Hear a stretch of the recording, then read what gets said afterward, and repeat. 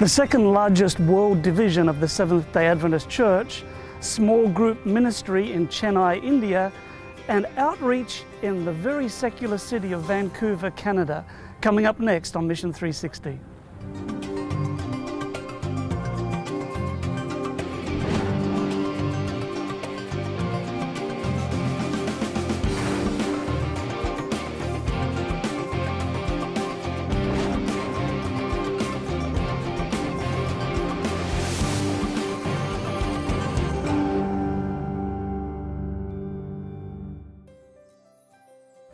Hello and welcome to Mission 360. I'm Gary Krause. Today's program is coming to you from Sydney, Australia. And behind me are the iconic Sydney Harbour Bridge and also the Sydney Opera House, recognisable all over the world. Sydney is a city of some 5 million people, made up with immigrants from all over the world. And like any city, you'll find the poor and you'll find the very, very rich, many of them with views of this magnificent harbour. What a tremendous mission challenge cities are, and this city in particular, where we have very few Adventists living in the central Sydney area. We'll be learning more about that during the program, but first up, let's travel to India. Located between the Arabian Sea and the Bay of Bengal, the Southern Asia Division is a unique region known for its snowy mountains, beautiful islands, and highly populated cities.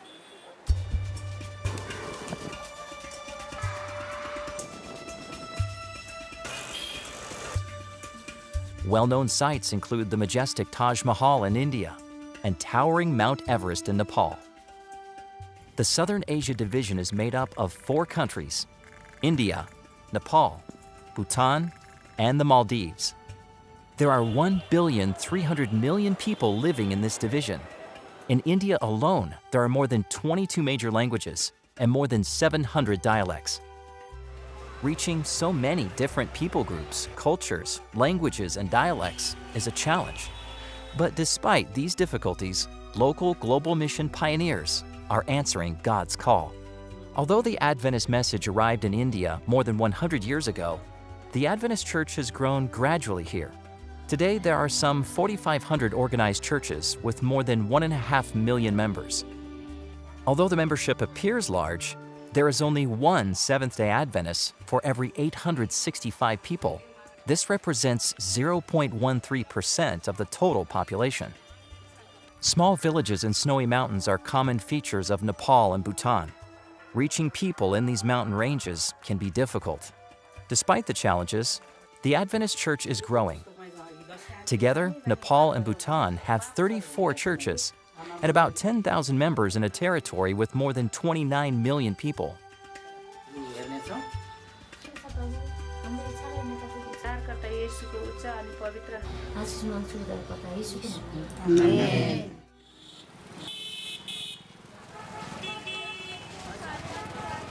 India is the second most populated country in the world and has approximately 50 cities with populations larger than 1 million. Here in the middle of crowded markets, busy streets, and hectic lives, the urban environment can be difficult for mission work. Across the country of India, the Adventist Church operates schools, radio and television studios, universities, and a publishing house. The membership in India makes up the majority of the division's total membership. In Pune, Adventists operate a respected educational institution, Spicer Adventist University. There are about 6,000 students enrolled, and many others would like to study here. Spicer not only attracts prospective students from almost every state and territory in India, but also has a student body that represents 29 different countries. Across town is the Oriental Watchman Publishing House in Pune. In operation for more than 115 years, the press publishes materials in 14 Indian languages, as well as literature for Bangladesh, Nepal, and Sri Lanka.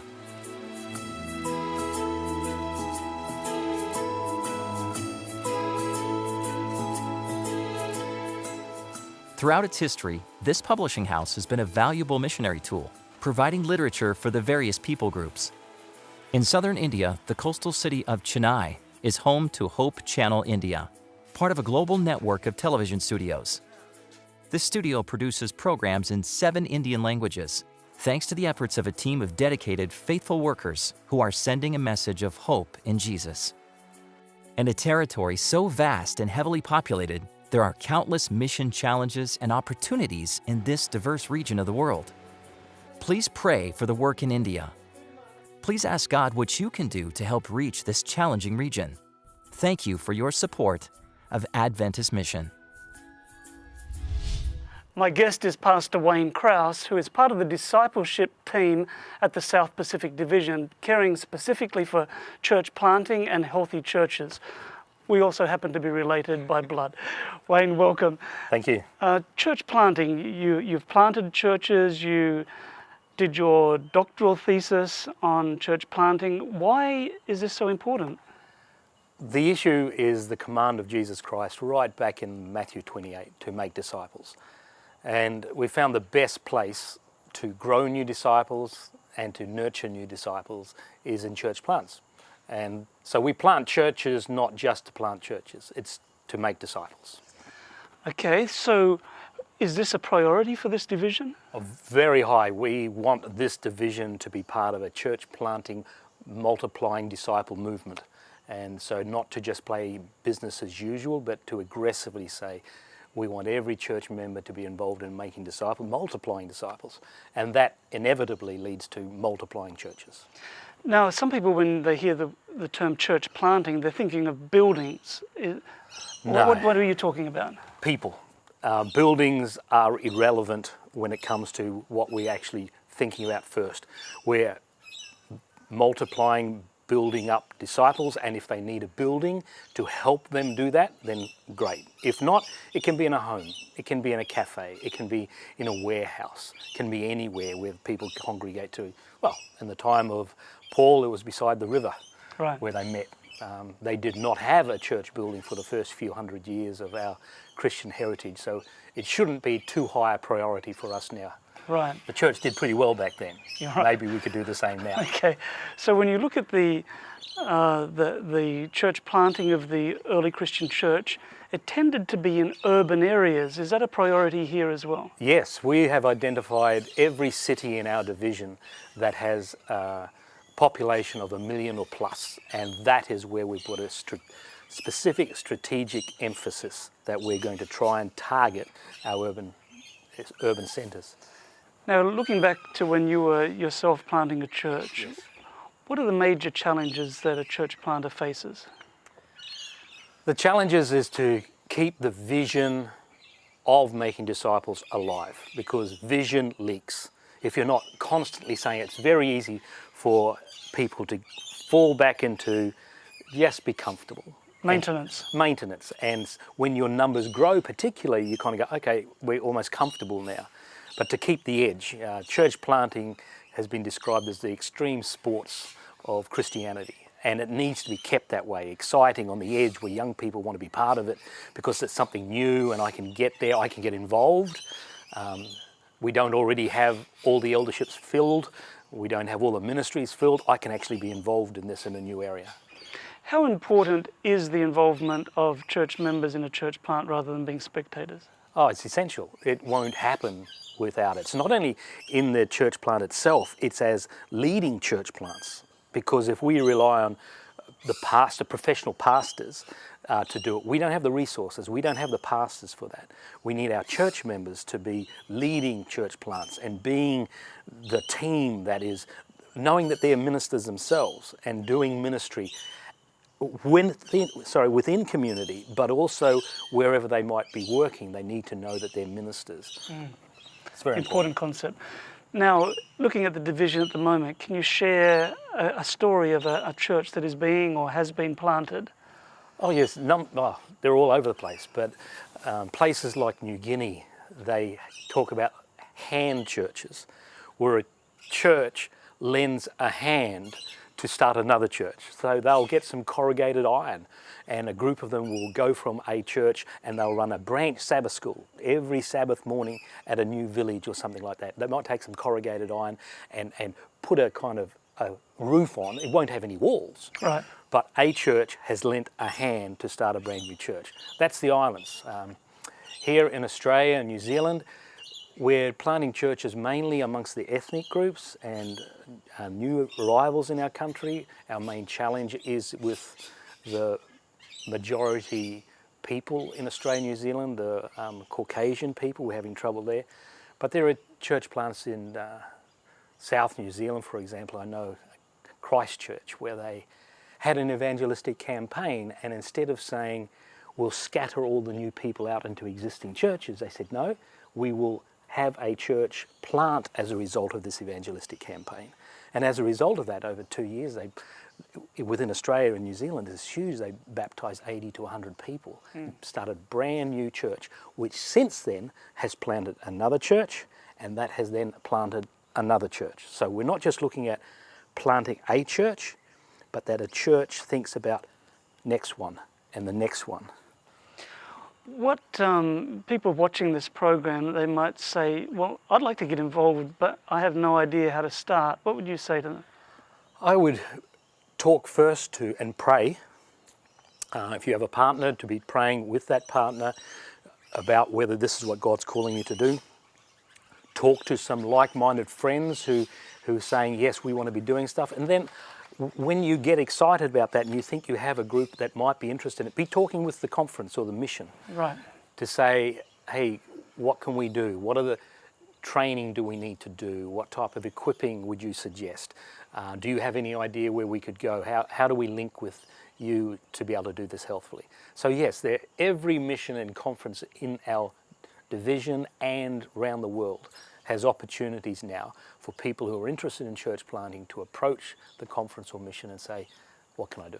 Now somebody says, look, a terrific idea, but we have half-empty churches. Let's fill them up first and then plant churches.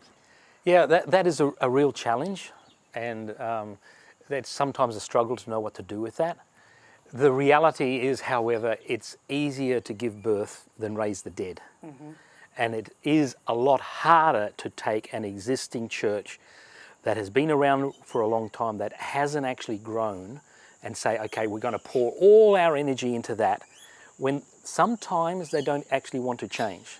Now, if they want to change, that's different. If they want to change and they're willing to go through the pain of changing, the issue is that church wanting to reach their community? Mm-hmm. And if that is true, then we can help them grow. But usually what happens is there might be some people from there that says, yeah, we will step away from this church to plant another one. Okay. And a church can also be a mother church to support and pray for. A church can say, we can't do it ourselves, but we will pray for you. We will throw parties for you and cheer you on. We'll give resources in money, people, many different ways that a church can be a mother church. Wonderful. Wayne, thanks so much for sharing with us today. My pleasure. And we'll have a lot more Adventist mission coming up very soon.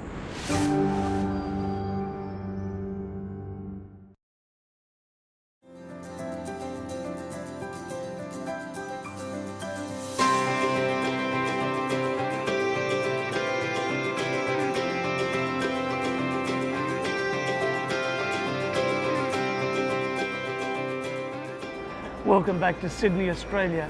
Next up, we travel across the Pacific to Vancouver, Canada, where we see a wonderful initiative called Let's Move Vancouver. We're here in the headquarters of the North American Division, also the General Conference of the Seventh-day Adventist Church. And I have the privilege of having right here next to me someone who is very talented, wonderful, does lots of hard work for the Lord, and Janessa Little. She is the project manager for Let's Move Vancouver, an initiative, outreach missional initiative taking place right now in British Columbia, in the city of Vancouver. How are you today? Are you happy to be here? I'm so happy to be here. It's beautiful, loving DC. Okay, and I want you to tell us a little bit about what's going on in Vancouver. Let's Move Vancouver. What's that? Absolutely. In one sentence, Let's Move Vancouver is all about educating and inspiring people to live their best life. And it's built on the John 10:10 principle, this idea that God is the best possible life that you can have. And if we inspire people to live a better life, they will be drawn to Christ. So what is taking place? What are the things that you guys have been doing in order to make sure that you reach people in Vancouver, that you let them know that they can live their best life right now? What have you doing? Absolutely. So what we're working on doing is educating and inspiring people through kind of mind, body, and spirit, with mental health, with social awareness, creating relationships, combating loneliness and fatigue and isolation. And then also your traditional sort of evangelistic tools such as health and wellness, eating well, picking good foods, exercising, all those things. Vancouver is extremely interested in health. In fact, we're one of the healthiest cities in North America, and yet we were, in a couple years ago, we were voted the #1 most unhappy city in all of Canada. Goodness. So let me ask you one thing. So this missional initiative has some aspects of lifestyle, because you want people to live a good lifestyle, and it also has some aspects of proclamation. So you're showing people God's love in many different ways, and you're also telling people about God's love. What are some of the things? Tell me something that you're doing to reach people through lifestyle. Absolutely. What's happening there? Absolutely. So we're doing really cool initiatives. One of them is ESL. ESL, English as second language? Yes, All right? yes. There's a huge The immigrant. majority of the people in Vancouver are not born in Canada. Is that correct? Yeah. In fact, a lot of them don't speak English or speak very little English. And so one of the areas that we identified as a possible area that people needed help in was learning English. It's very expensive to learn it on their own.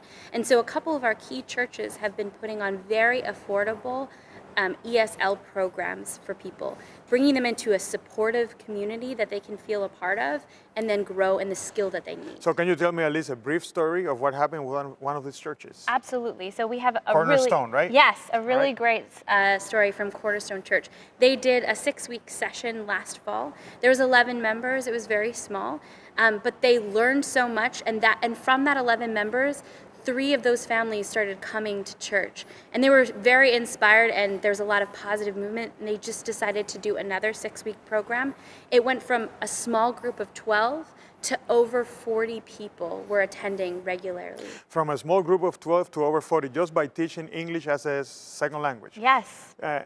Question, how many of these were young people? A lot of them are young people. In fact, one of the really cool aspects of this is that Cornerstone Church was looking for a way to build their youth program. And from that 40 or so people, they now have a Friday night Bible study of 30 young adults, and a lot of them came from that ESL So these program. types of initiatives, they do work with millennials, they worked with people. And question, how many of these people had ever been exposed to the church? Very few of them. If you were to look at the demographics of Vancouver, there is a huge swath of people who not only do not go to church, but know next to nothing about Christianity. Many of them have never even heard the name of Jesus. Question, do you do this just because you want to reach him, or you do this because it is the right thing to do? We do this because we're following the example of Jesus. Jesus saw someone and he reached out to them and dealt with their physical needs, because that's the first and most important thing. And then when you deal with someone's physical needs,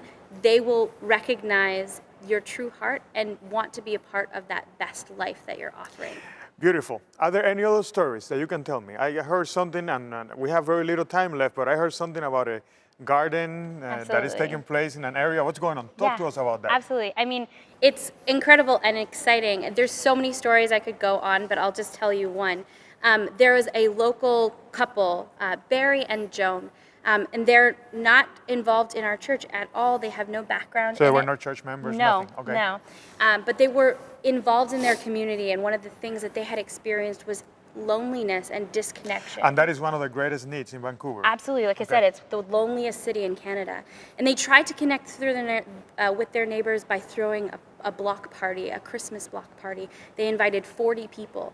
And of those 40 people, only 1 came. And they recognized it wasn't because people didn't want community, but rather they didn't feel connected enough to just show up your house. So what did they do? They decided to start a more accessible way to meet people. They built a garden, but instead of putting it in their backyard, they put it in their front yard. It was a we grow, you pick.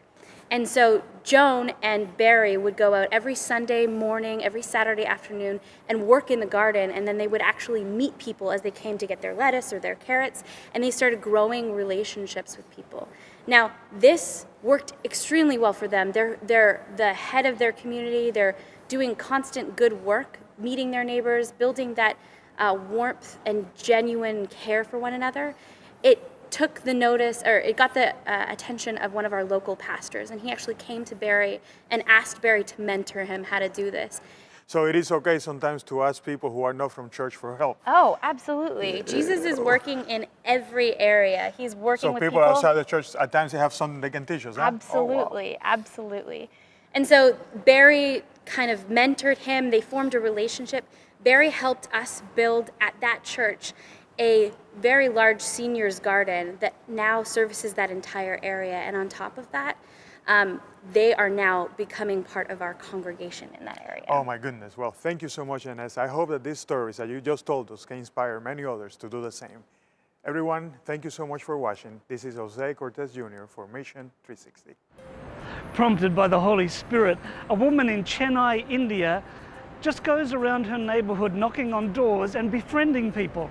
Let's travel to India now.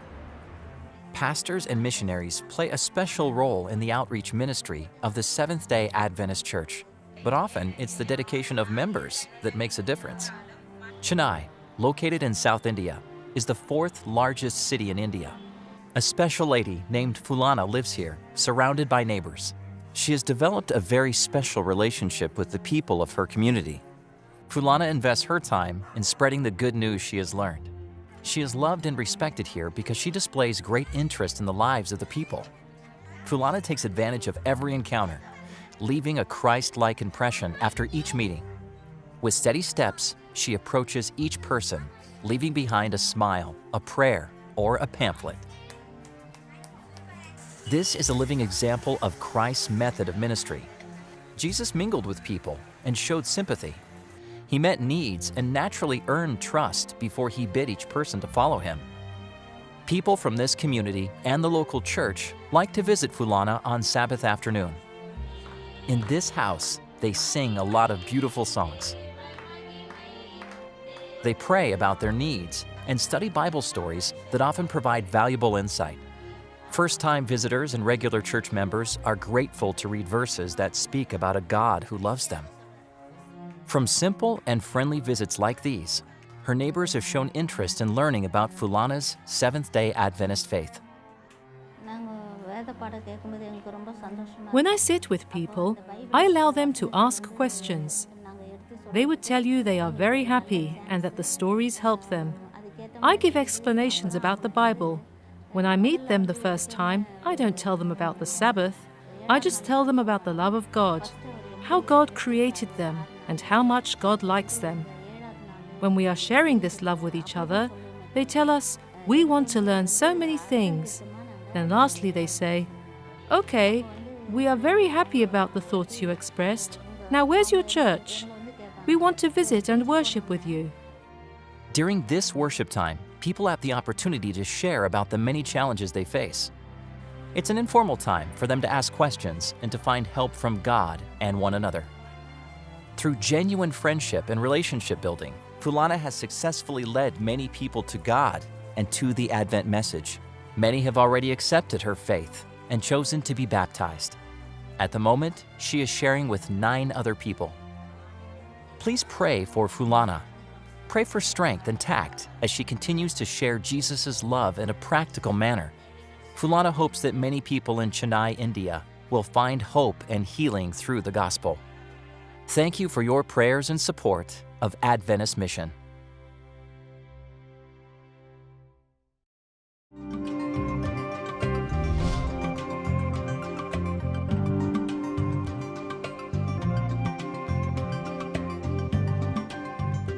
Well, thanks so much for joining us on today's program, and I hope that you've enjoyed our 360-degree view of mission around the world. From Southern Asia to Vancouver to Sydney, Australia, vastly different territories, but still a mission challenge. And I want to thank you so much for your continuing prayers and financial support that make a terrific difference. We consider you as a part of our Adventist mission team because you are providing support and you are providing encouragement for mission around the world, and thank you for that.